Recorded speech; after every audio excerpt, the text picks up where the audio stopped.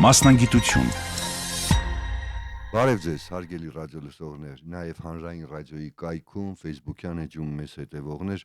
այսօր ներկայացնելու ենք մի մասնագիտություն,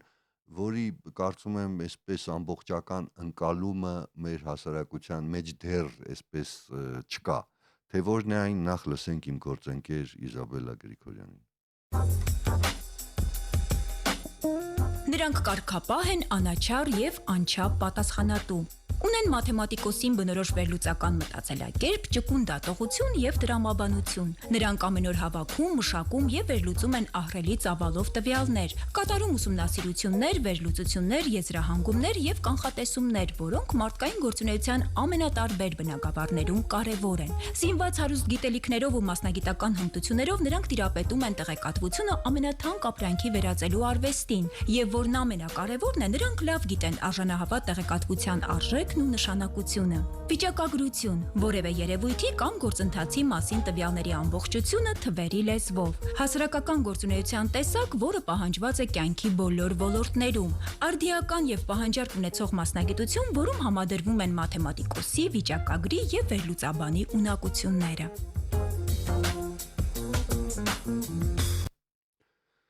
Իմ զրուցակիցն է Հայաստանի պետական տնտեսագիտական համալսարանի վիճակագրության եւ տվյալագիտության ամբիոնի վարիչ, տնտեսագիտության թեկնածու, դոցենտ Արմեն Քթոյանը։ Բարև ձեզ։ Բարև ձեզ։ Պարոն Քթոյան, իսկապես ես նայում եմ, ասենք վիճակագիր, եթե ասենք, շատերը ամբողջական այսպես չեն պատկերացնի, թե դա ինչ մասնագետ է, այսպես ինչ է ներառում, որտեվ այ իսկապես բավականին ես մտածում եմ, այս բարդ մասնագիտություն է, այս լավ մասնագետ լինելն էլ բավականին դժվար է, որովհետև դե տվյալները հավաքելը մի կողմ, ասենք, բայց այդ վերլուծությունը այսպես լուրջ գիտելիքներ է պահանջում, չգիտեմ, թե մաթեմատիկական, թե այլ, նաև այսպես բնագավառները այնքան շատ են, որ ես չգիտեմ, ասենք այդ վիճակագիրը, այդ կարող է այդ բոլոր բնագավառներին տիրապետել, թե պիտի ինչ-որ նեղ մասնագիտացումներ լինեն։ Կարևոր հարց եք տալիս, ըստ էության կան տարբեր մակարդակներ վիճակագրության տիրապետման, կարևոր մակարդակներից մեկը վիճակագրական մեթոդների իմացությունն է, երբ որ տվյալների ամբողջ զանգվածը, այսպես ասած, տրվում է վիճակագրին, վիճակագիրը իր մեթոդներով այդ տվյալները բերում է այնպիսի մի տեսքի, որը հնարավոր է դա կարդալ, հասկանալ, ընդ որում այդ տվյալները կարող են ամենատարբեր ոլորտների առնչվել, սկսած առողջապահությունից, վերջացրած սովորական, այսպես տնտեսական գործընթացներով, ոլորտները ամենատարբերն են, թվերը կարող են նկարագրել տարբեր երևույթներ, բայց գիտեք, այստեղ եթե շատ հետ գնանք, մարդու համար շատ կարևոր է ճանաչողությունը, ճանաչել ինչ-որ մի երևույթ, իսկ ճանաչողություն նշանակում է հասկանալ կապերը։ Օրինակ, առողջապահության ոլորտի օրինակը, որ ես բերեցի, կամայական պրեպարատ, որը որ մշակվում է եւ պետք է շուկա դուրս գա, ենթարկվում է մանրակրկիտ, այսպես փորձագիտական փուլի եւ այդ փուլում հսկայական ինֆորմացիա է հավաքագրվում փորձարարական եւ այդ ինֆորմացիան տրվում է վիճակագրին, վիճակագիրը իր մեթոդների ուրեմն հիման վրա գնահատում է, օրինակ այդ պրեպարատի օգտագործումը նպաստեց հիվանդների առողջացմանը, թե ոչ, հարակից խնդիրներ ստեղծեց, թե ոչ, այսինքն այդ ամենը ու նմանօրինակ հարցերի պատասխանը շատ ոլորտներում կարող է լինել, օրինակ բիզնեսում ձեռնարկատերը փորձում է հասկանալ արդյոք իմաստ ունի գովազդի վրա ծախսերը ավելացնել հաջորդ տարվա համար կամ եթե նա ավելացնի օրինակ 5 միլիոն դրամով արդյոք իր հասույթը կավելանա ավելի շատ քան այդ 5 միլիոնը այստեղ եւս վիճակագրական մեթոդների կիրառության կարիքը կա թվերը տվյալները տրվում են վիճակագրին վիճակագիրը բերում է այդ տվյալները այն տեսքի որ բիզնեսմենը ձեռնարկատերը կարողանում է արդեն դրա հիման վրա որոշում կայացնել այսինքն մեթոդներ ունիվերսալ են, դրանք կարող են ամենատարբեր ոլորտների առնչվել, տվյալների վերլուծություն ենթադրել, բայց ինքը չափազանց կարևոր է հատկապես հիմա, երբ մենք մեծ տվյալներից ենք խոսում եւ այդ մեծ տվյալների հետևում տեսնել օրինաչափությունները ել ավելի բարդ է, այդ իսկ պատճառով այսօրվա վիճակագրությունը էապես տարբերվում այն վիճակագրությունից, որը կար, ասենք 50 տարի առաջ։ Այն ժամանակ ավելի շատ նկարագրական վիճակագրություններ, գյուղատնտեսության ոլորտում նկարագրում ես, այսքան, ասենք, անասնագլխաքանակ կա, այսքան ծառեր կան եւ այլն, թվարկվել է այսքան արտադրանք, իսկ հիմա ավելի շատ անցում է կատարում հետևությունների վիճակագրությանը։ Ինչ օրինաչափություններ կան, եթե այսպես շարունակվի եւս 5 տարի, մենք ինչ կունենանք, ինչ գործոններ են դրա վրա ազդում։ Օրինակ, ենթադրենք գյուղատնտեսության ոլորտում կամ անասնապահության ոլորտում կա նվազում։ Ինչ գործոններ են դրան նպաստել, ինչու է այդ նվազումը տեղի ունենում եւ քաղաքականություն իրականացնող անձին, որոշում կայացնող անձին այս ինֆորմացիան շատ ավելի կարեւոր է։ Եվ այս ինֆորմացիան էլի տրամադրում է վիճակագիրը կամ, եթե ներկայիս ընկալմամբ ասենք, տվյալների վերլուծաբանը։ Դե այսպես որ նայում ես շատ պետության համար այս գիտություն ասեմ, մասնագիտություն ասեմ, շատ կարևոր է թեկուզ ասենք, չգիտեմ, ասենք ծնելիությունը, որ զգամ թե ասենք հետո ուր է գնում այս ընդհանրապես այս երկիրը ժողովրդագրական առումով, որ էլի շատ կարևոր է, ասենք, չգիտեմ, մահը եւ ծնելիության այս համադրությունը եւ այսպես բազմաթիվ ոլորտներ։ Հիմա այ հետաքրքիր է, եթե մեկը ուզում է դառնալ վիճակագիր, ինչ պիտի սովորի, այսինքն մեզ լսում են հիմա երիտասարդները, ինչ պիտի ընտրի, երևի առաջի հերթին մաթեմատիկա այսօր, թե եթե մենք խոսում ենք դպրոցականների մասին, որոնք ցանկանում են բակալավրիատը ընդունվել այս մասնագիտությամբ, այո, բազային դասընթացը մաթեմատիկան ըստ էության վիճակագրությունը մասնագիտությունը ինքը առաջին հերթին ենթադրում է մաթեմատիկական մտածողություն եւ մեր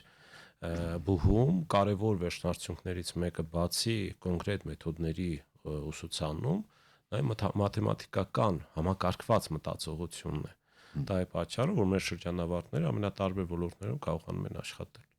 Ունենք թե մասնավոր հատվածում աշխատող, թե պետական հատվածում, ունենք բանկերում աշխատողներ, ունենք նախարարություններում, ունենք, ասենք, սովորական ամենատարբեր ոլորտների բիզնեսում աշխատողներ, իրենց բոլորին միավորում է հենց մաթեմատիկական մտածողությունը, քննադատական մոտեցում կիրառելու կարողությունը, ինչը եւս շատ կարեւոր է։ Իդեպ նաեւ մենք մեր կրթական ծրագրերը փոխելիս, բարելավելիս հիմնվել ենք միջազգային փորձի վրա, մոտ 20-ից ավել համալսարանների փորձն ենք ուսումնասիրել եւ անցում ենք կատարել զուտ վիճակագրությունից կիրառական վիճակագրություն տվյալների գիտություն կրթական ծրագրին եւ նաեւ մեր կրթական ծրագրի բովանդակությունը մշակելիս մենք հարցում ենք անցկացրել պոտենցիալ գործատուների շրջանում ինչ կարողություններ եք դուք կարևորում շրջանավարտի մոտ եւ կցանկանայիք որ ձեզ մոտ աշխատանքի ընդունվողը այդ կարողությունները, հմտություններն ունենալ եւ ասեմ ձեզ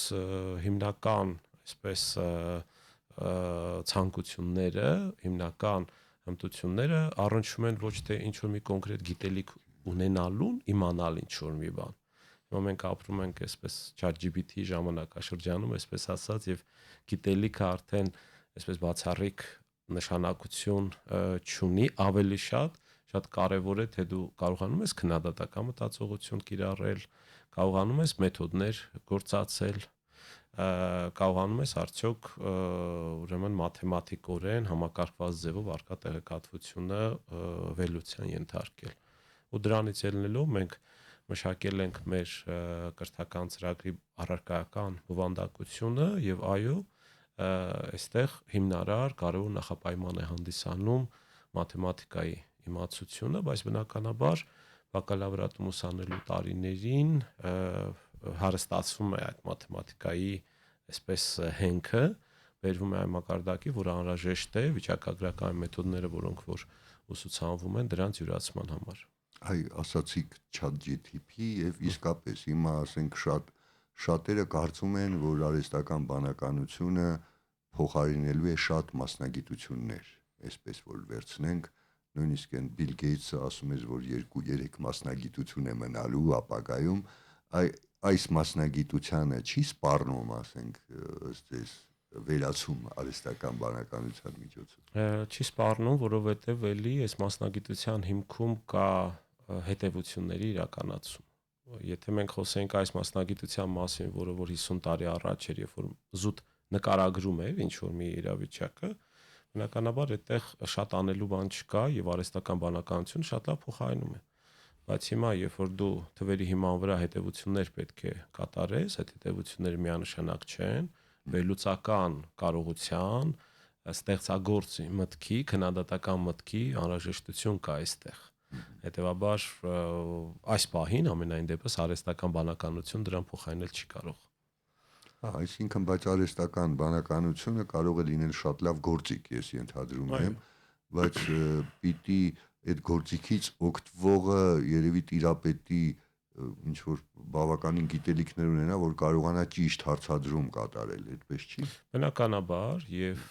նորից այդ պետք է իմանան եւ մեր ուսանողները կարծում արդեն գիտեն, հասկանում են, այդ հարցադրումների արդյունքը լավագույն դեպքում ինչ որ մի գիտելիքն է։ Դրանից այն կողմ չես կարող։ Այդտեղ հատկապես նաեւ երբ մենք խոսում ենք տնտեսական տվյալների վերլուծության մասին, ի վերջո մենք տնտեսագիտական բուհ ենք, իսկ տնտեսական երևույթները իրենք բազմազան են, բազմաթիվ սցենարներ կան այդտեղ, շատ բավականին բարդ է, միանշանակ չի ամեն ինչ եւ պետք է նաեւ հաշվի առնել, որ այստեղ գործ ունենք մարդու հետ։ Վարքագծային առանձնահատկություններ կան եւ այլն, օրինակ, ասենք պահանջարկի վրա ինչ գործոններ են ազդում։ Եթե ընկերությունը ինչ որ մի հատ ապրանք է, նոր ապրանք է ուզում դուրս թողնի շուկա։ Տեսությունը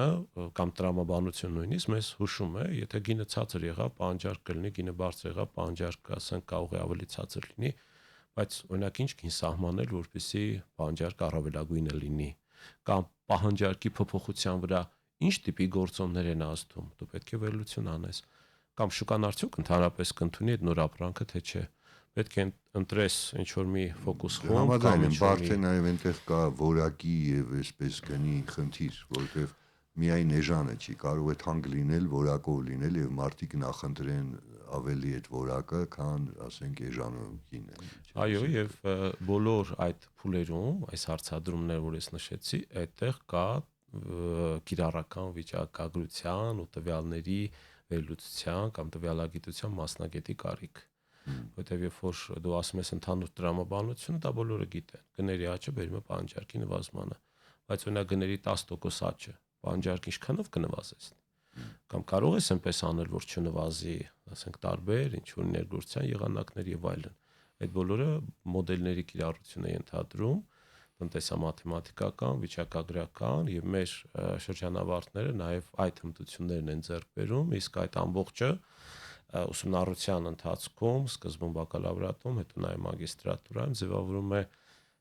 մաթեմատիկական, քննադատական, վերլուծական մտածողության այնպիսի մի համակարգ, որը ես չեմ կարծում, որ այս պահին արհեստական բանականությունը լիարժեք կարող է փոխարինել։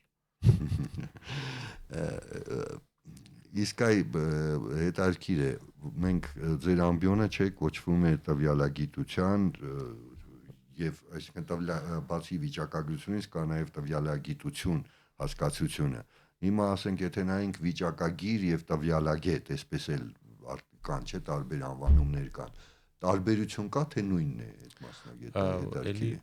Այստեղ տվյալագիտությունը ինքը հիմնականում առնչվում է, այստեղ եթե ես փորձեմ տարանջատել,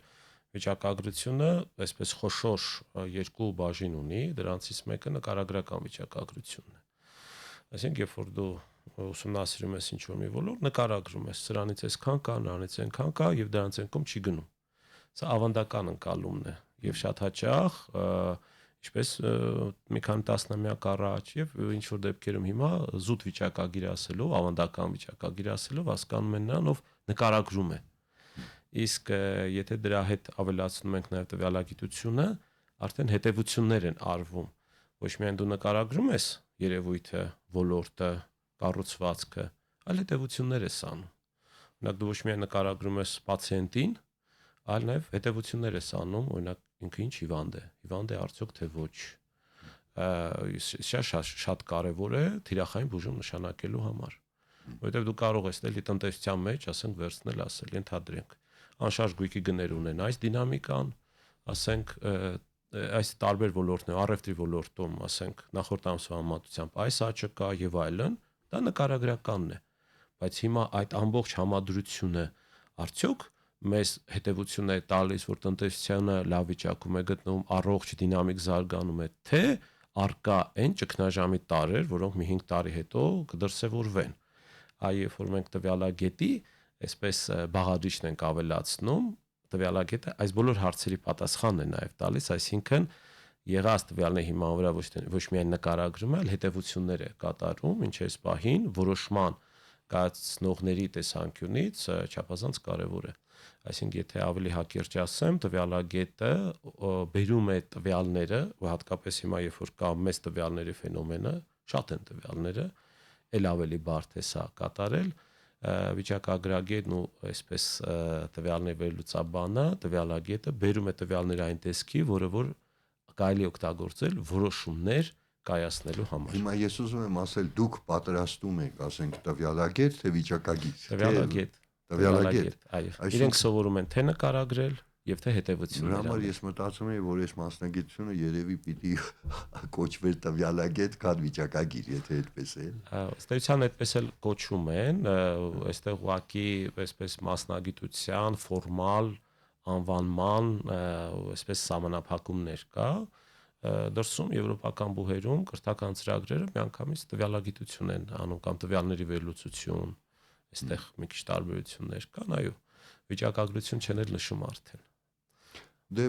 շատերը, չգիտեմ, սոցիոլոգը եւ տվյալագետը ինչ որտեղ խառնում են իրար, նաեւ այն առումը, որ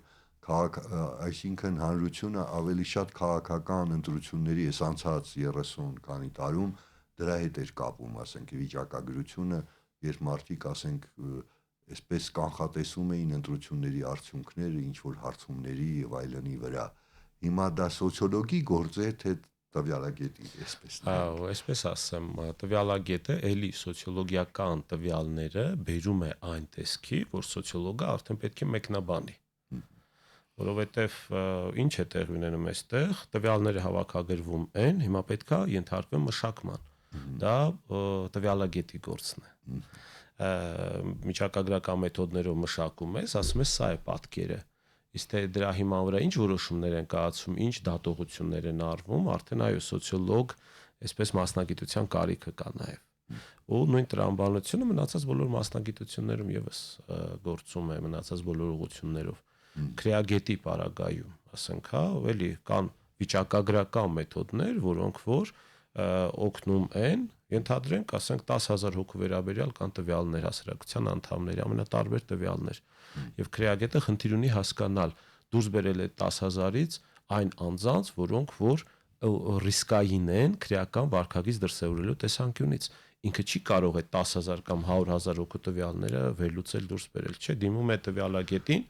կամ վիճակագրին, ինքը իր մեթոդների կիրառմամբ այդ ամբողջական տվյալները խմբավորում է, ասում է ես ստացել եմ այս օրինաչափությունը այս խմբերը եւ ենթադրենք առաջի խմբում ներառված օրինակ 200 հոգին իրենց պարամետրերը միջինացված այնպիսին են, որ այս մարդիկ առավել ռիսկային են այդ վարքագծի տեսանկյունից իրենց բանարեք։ Դրա համար եմ ասում, այս մեթոդները տվյալների վերլուծության, վիճակագրության իրենք ամենատարբեր ուղղություններում, ոլորտներում լայն կիրառություն ունեն։ Այ հետաքրքիր է, ես միշտ հարցնում եմ, որ երբ որ նայում ենք արևմտյան զարգացած հատկապես մեծ բնակչություն ունեցող երկրներին զարգացած, այնտեղ մասնագիտությունները ավելի նեղ են, այսինքն շատ նեղ մասնագիտացումներ կան։ Ի տարբերություն, ասենք, ավելի փոքր երկրների, որտեղ, ասենք, պահանջարկը մեծ չի, ասենք, այդ ուղղության։ Մեզ մոտ եթե նայենք համեմատենք, ասենք, Հայաստանի տվյալագետին կամ վիճակագրին, այսպես ասենք, եւ ասենք, չգիտեմ, Միացյալ Նահանգների, Մեծ Բրիտանիայի, չգիտեմ, Ֆրանսիայի եւ այլն, այստեղ այս գիտության եւ կիրառման մեջ տարբերությունները շատ են, թե չէ, եւ ասենք կրթության, նկատի ունեմ նաեւ կրթությունը, այնտեղ չգիտեմ, ասենք, բացի բակալավրիատից հետո երբ գնում են մագիստրատուրա, գուցե չգիտեմ, նեղ մասնագիտացումներ են ձեռք բերում ի տարբերություն այստեղի, այդպես է թե չէ կամ Այդպես է եւ կարեւոր հարց եք բարձրաձայնում, այստեղ ամեն ինչ գիտեք ինչ կախված է նրանից, թե տնտեսությունը կամ Այսինքն ինչ պահանջարկ կա ամենատարբեր ոլորտներում տվյալների ինչ զանգված կա։ Իսկ այդ տվյալների ու նաև տվյալների մշակման ինչ կարողություններ կան։ Միացյալ Նահանգներում թվայնացման բարձր մակարդակ կա եւ տվյալների հավաքագրման շատ մեծ այսպես աղբյուրներ կան։ Ու նաև տվյալների մշակման մեծ հզոր ենթակառուցվածքներ կան եւ պատահական չէ, որ այս մասնագիտության արդիականացումը հենց այդ տիպի, մասնավորապես Միացյալ Նահանգների տիպի երկրներում է տեղի ունեցել։ Մեր պարագայում պահանջարկի առանձնահատկությունը պայմանավորված է նրանով, թե տվյալ ոլորտը ինչ աստիճանի է թվայնացված։ Օրինակ, ասենք, գյուղատնտեսությունը եթե վերցնենք, ունենք թվայնացման շատ ցածր աստիճան, ֆերմերը չունի այն տվյալները, որի մշակման անհրաժեշտություն կա եւ մի հատ էլ տվյալագետի ներգրավման անհրաժեշտություն կա, այսպես ասած, բայց այն դեպքում, երբ որ զարգացած աշխարհում դա անհրաժեշտություն է եւ գյուղատնտեսական տվյալների ուրեմն վերլուծությունը ինքը շատ կարեւոր ուղղություններից մեկը։ Բայց եթե փորձենք ընդհանրություններից խոսել, թե դրսում, թե մեզ մոտ առավել դինամիկ աճող ոլորտներից է եւ ամենաշատ պահանջարկ ունեցող ոլորտներից։ Քանի որ մենք ունենք, այո, էլի շատ ոլորտներ, որոնք որ այսպես թվային տեխնոլոգիաների ակտիվ կիրառություն են ենթադրում, ծառայությունների մատուցման շատ այսպես ուղղություններ ունենք, եւ մեր շրջանավարտները այդտեղ առաջին հերթին շատ մեծ բանջարկ են վայելում եւ ներգրավում են իրենց։ Հիմնական տարբերությունը այդ ոլորտներում տարբեր տվյալների ծավալների տարբերության մեջ է ու այո նաեւ մագիստրատուրայի մեզ մոտ եւ իրենց մոտ մասնագիտացման տարբերություններ կան։ Մեր մագիստրոսական ծրագիրը էլի կոչվում է կիրառական վիճակագրություն եւ տվյալների գիտություն, ըստ էության ստացվել է այնպես, որ մեզ մոտ ավելի շատ գալիս են այլ մասնագիտություններից, որոնք որ ցանկանում են ուսանողները, շրջանավարտները այլ մասնագիտությունների ժամանակակից մասնագիտություն ձեռք բերել։ Ասենք գալիս է սովորական կառավարումից կամ մարքեթինգից կամ ֆինանսներից, մարդիկ ստացել են տնտեսագիտական կրթություն կամ այլ կրթություն, հետո հասկանում են, որ այս կամ այն ոլորտում աշխատելու համար անհրաժեշտ է տվյալների հետ աշխատելու նաև կարողություն ձեռք բերել, նույն ֆինանսներում, դու պատկերացնում ես, ասենք, չգիտեմ, բանկի հաշվեկշիռը պատկերացնում ես, վարկը ավանդից տարբերում ես եւ այլն, բայց որպեսզի կոնկրետ բանկում դու այսպես պահանջարկ ունենաս որպես մասնագետ, պետք է նաև որոշակի վերլուծական գործիքների տիրապետես եւ գալիս են մեզ մոտ մագիստրատուրա այդ այսպես բազային գործիքակազմը տիրապետելու համար։ Իսկ դրսում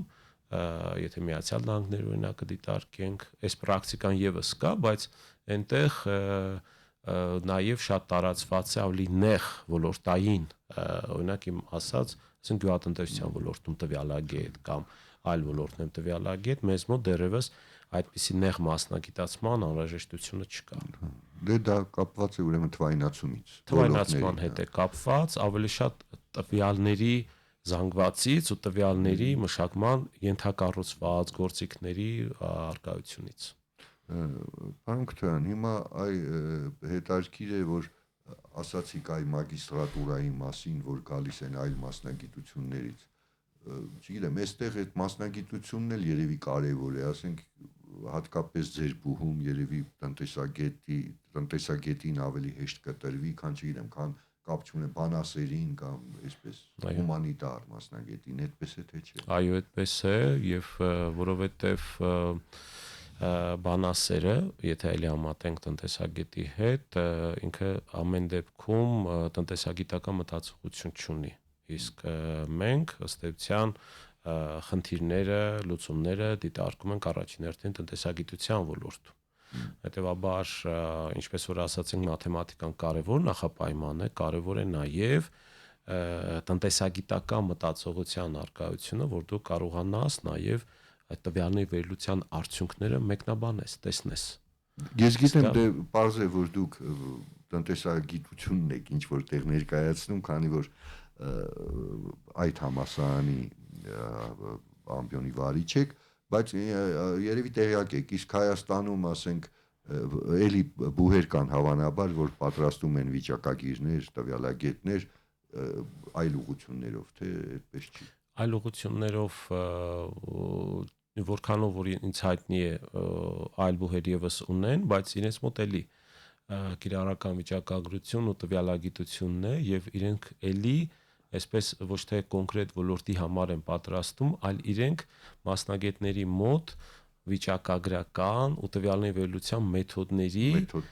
տիրապետման հմտություններ են տալիս։ Արդեն դու որոշի, որտեղ ուզում ես գնա, նեղ մասնագիտացում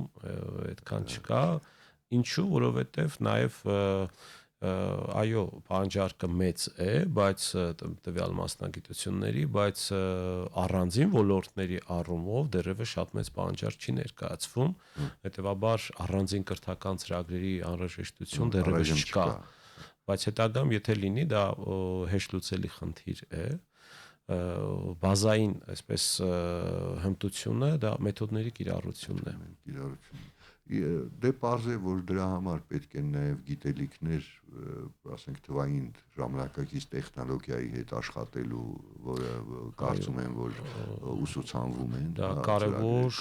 բաղադրիչներից մեկն է համակարգչային ծրագրերի, ասենք Python ծրագրի, R ծրագրի, որոնք որ այսպես այն օպերացիոն միջավայրն են ապահովում, ծրագրերն են ապահովում, որովհետև հիմա առանց դրա տվյալների մեծ զանգվածներ չես կարող մշակել։ Աղջիկներն են շատ, թե տղաները։ Ես միշտ հարցնում։ Աղջիկները ավելի շատ են, մեզ մոտ այսպես ընդհանուր կրթական մեր համակարգի օրինաչափությունները դրսևորվում են նույնությամբ, ինչպես որ ամենայն դեպս տնտեսագիտական բուհում մեր տարբեր մասնագիտություններում աղջիկ սովորողները ավելի շատ են, քան տղաները։ Առաջ այդպես չէր, հիմա այսպես է։ Երևի որ նայենք վիճակագրությանը այսպես։ Այո, միգուցե առաջ այլ կերպ էր, չնայած, եթե վերջի 10 տարվա դինամիկան նայենք, իմ փորձով կարող եմ ասել, հիմա այսպես սովորող տղաների մասնաբաժինն ավելացել։ Այդտեղ մշակութային խնդիրներ կար նաև, նայենք մշակութային այսպես խնդիրել կար, ընկալման խնդիրել կար, հիմա ավելի է, այսպես տղաների առումով էլ երևի դառել է ավելի պատվաբեր, կամ չեմ ուսումնասիրել այդ հարցը չեմ կարող ասել, ամենայն դեպս տղաների հարաբերակցությունը փոքրինչ ավելացել է, բայց աղջիկները շարունակում են գերակշռել։ Աղջիկները միշտ ավելի աշխատասեր են լինում, սովորաբար, այդպես է։ Բայց միշտ այս բոլոր մասնագիտություններում էլ այս տղաների արկայությունը ցանկալի է, եթե ոչ պարտադիր, այսպես խոսենք, եւ կարծում եմ այս մասնագիտությանը կան մասնագիտություններ, որ կարծես դարձել են միայն կանացի, բայց այս մասնագիտությանը այդ վտանգը չի սպառնում։ Դե շնորհակալ եմ, որ եկաք, հիշեցնեմ, որ իմ զրուցակիցը Հայաստանի պետական տնտեսագիտական համալսարանի վիճակագրության եւ տվյալագիտության ամբիոնի վարիչ, տնտեսագիտության թեկնածու դոցենտ Արմեն Քթոյանն էր, նրա հետ զրուցեց Ստեփան Զաքարյանը, կհանդիպենք։